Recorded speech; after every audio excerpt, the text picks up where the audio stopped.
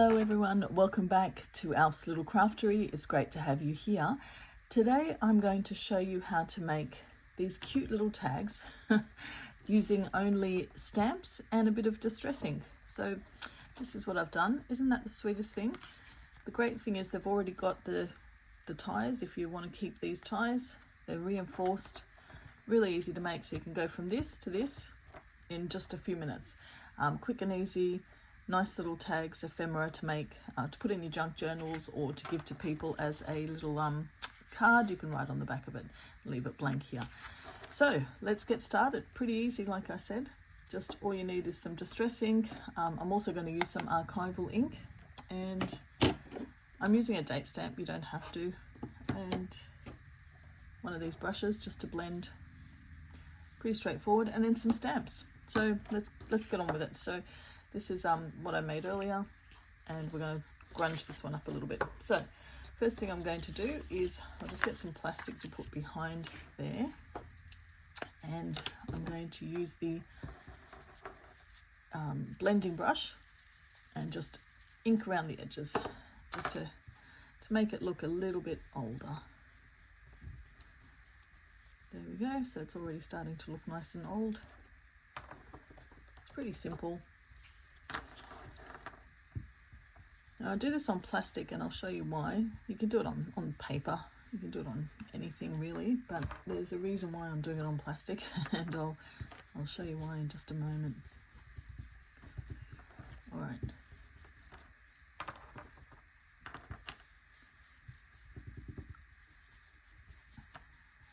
There we go, so that's looking nice and old and aged. I'll do the back now. Doesn't have to be much, just lightly cover it. I'm using Vintage Photo as the distress ink, but obviously you can use whatever you like. I might try it with some black next time, just to see if what sort of look that gives it. It might not be a bad look really. Okay, all right, so that's looking good. So I've aged that up a little bit. I'll just age this side a bit more. There we go. So just to give you a comparison, that's the difference. Actually, I'll do it out of the plastic. You can see the difference. So that's the aged one, and that's one that's not been aged. So there is a difference there. Now, I did say I'll show you why I do this on plastic later, and I'll show you now. So I've just got a bit of isopropyl alcohol, which is just alcohol you can buy from Bunnings or a hardware store. I spray it on there where I've done the extra bits, and then that ages the back a little bit more, so it gives it a nice look. The reason I'm using isopropyl and not water is because it won't buckle it, won't make it bend, and it dries really quickly. Okay, so we've got the basis of the tag now, and now all we need to do is grab some archival ink. You can also do it with distress ink, you don't need to use archival ink. I'm using ground espresso and black soot. They're the two I'm using here. And now it's just a matter of choosing your stamps. So let's see, the first one I might use now. I've got these cute little signature ones from Kathy Holden range. And they've got lots of different options, so they're quite cute, and they've got numbers as well. So I've used some of these numbers before. So what I might do is get a signature here, just for the person's name.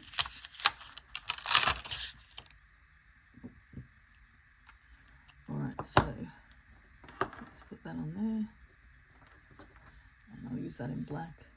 Okay, so I'm putting the person's name here. Well, that's a bit longer than I probably wanted, but that's all right. Oh wow, that's cool.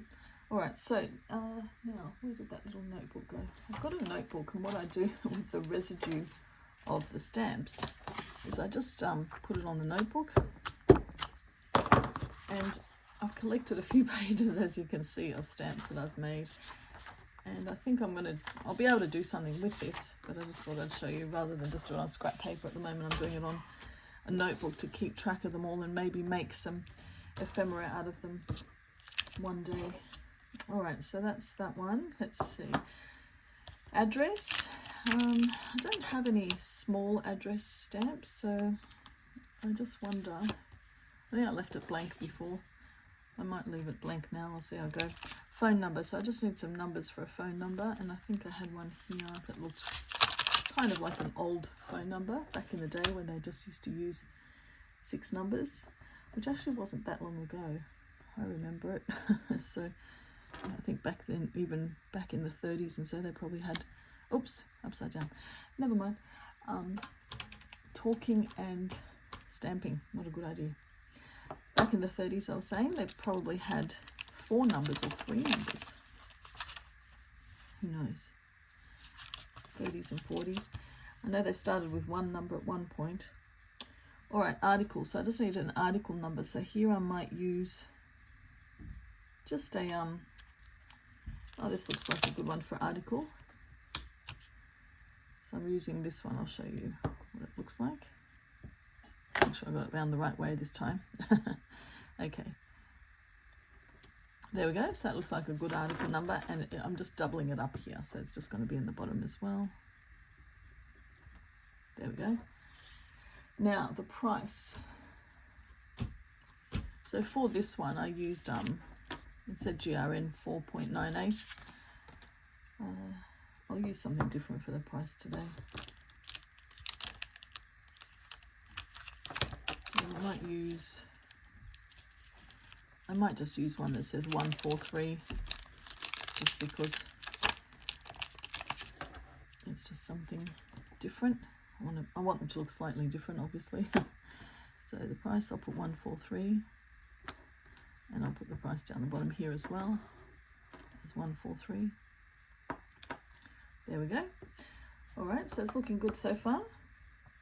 Pretty straightforward.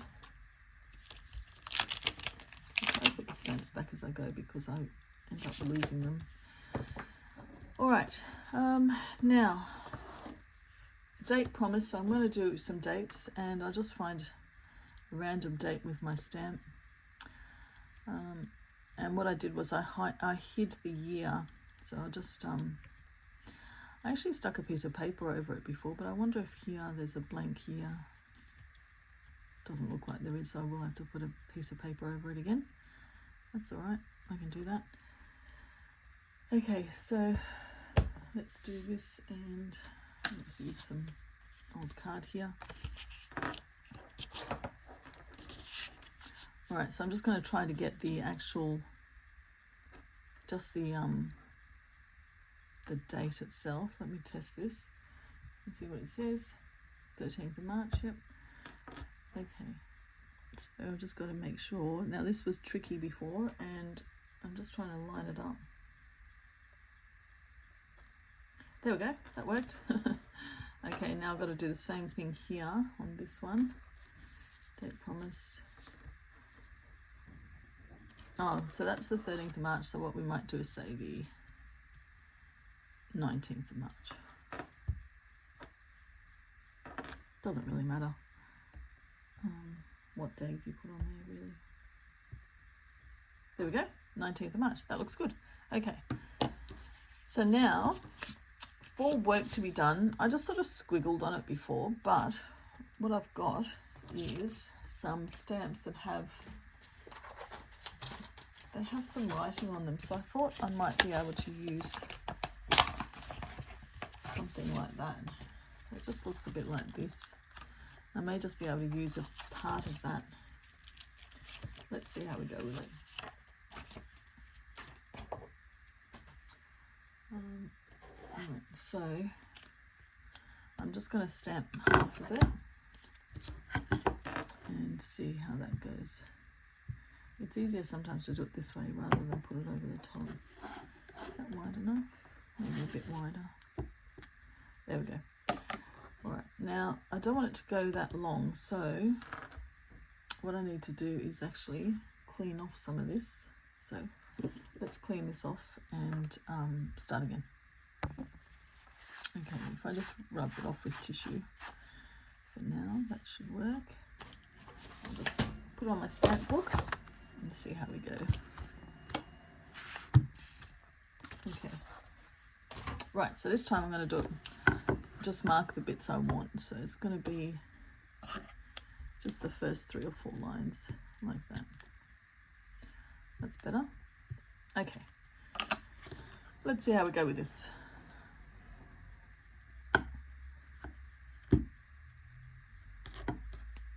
There we go, that's good. So you can just see some squiggles, but you don't know what it says. That's fantastic. Ah, date promised. I have to put the date on there. So that's going to have to say the 19th of March again. So that's all right, I can do that. But now I'll need another bit of paper to cover the back, the date, the year. Okay.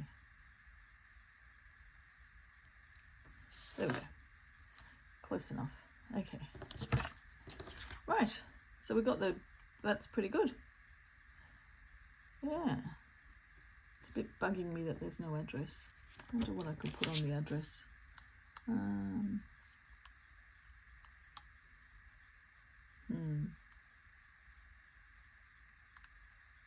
Actually, I'll just put this GRN 498 because it kind of sort of looks like an address. Just want a stamp there really more than anything. Okay. Perfect. There we go. All right. That's good. Now I'll fix that up. That's moved. Okay. All right. Let's put this away. And that's good for the stamps so far. Now I'm going to put, I want to do is put a stamp on the back as well. None of these, and I've got something, this is good. This is what I want to use. This one here. Something like this one would be great. I'm thinking this one there. So let's use that one. Okay, that'd be nice on the back.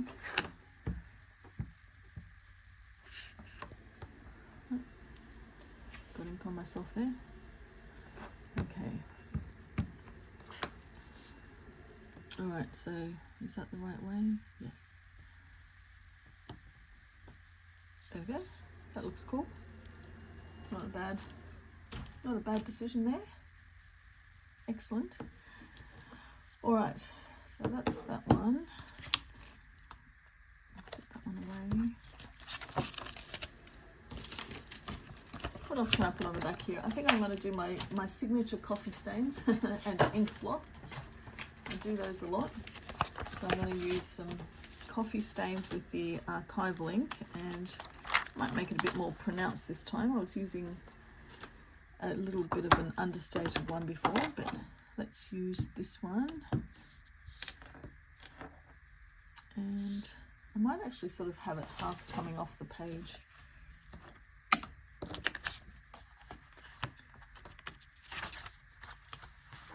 Okay, so I might do it like sort of like that.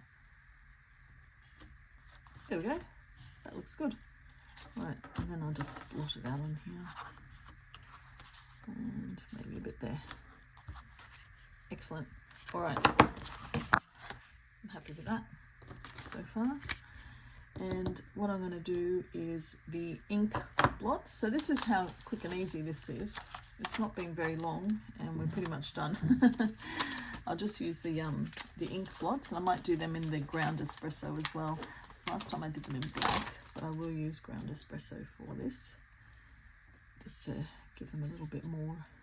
I'll do them lightly there, and a little bit more here maybe. There we go. Excellent. All right, so I think we're almost done. Look at that. How good do they look? They're so sweet. Now the only thing I do want to put on at the back is a little bit of, I did put a bit of washi tape, so I might do a bit of a washi tape, something like that. See how it looks on the back of this one. I'll just cut that there.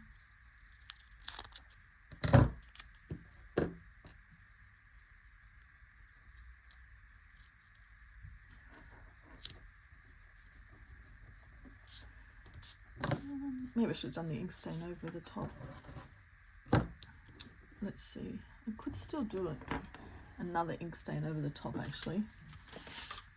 I think it'll look better with the ink over it.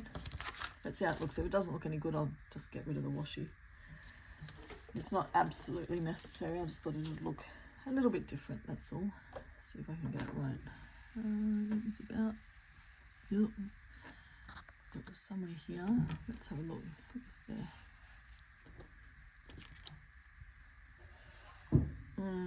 No, I don't like it. Let's get rid of the washi. Okay, there we go. All right, well, what a great result. I'm really happy with that. Quick and easy, as you can see. Doesn't take very long, looks fantastic, nice and easy to add to your ephemera, to your stash, to your tags, send them as little gifts, gift tags, etc. So I hope you've enjoyed that, and I hope that I've inspired you to make something similar. These are just old repair tags. Oh, not old, they're new repair tags that I got, but they're easy to get hold of pretty much anywhere. So thank you for joining me, and I look forward to seeing you on the next video. Thank you, bye.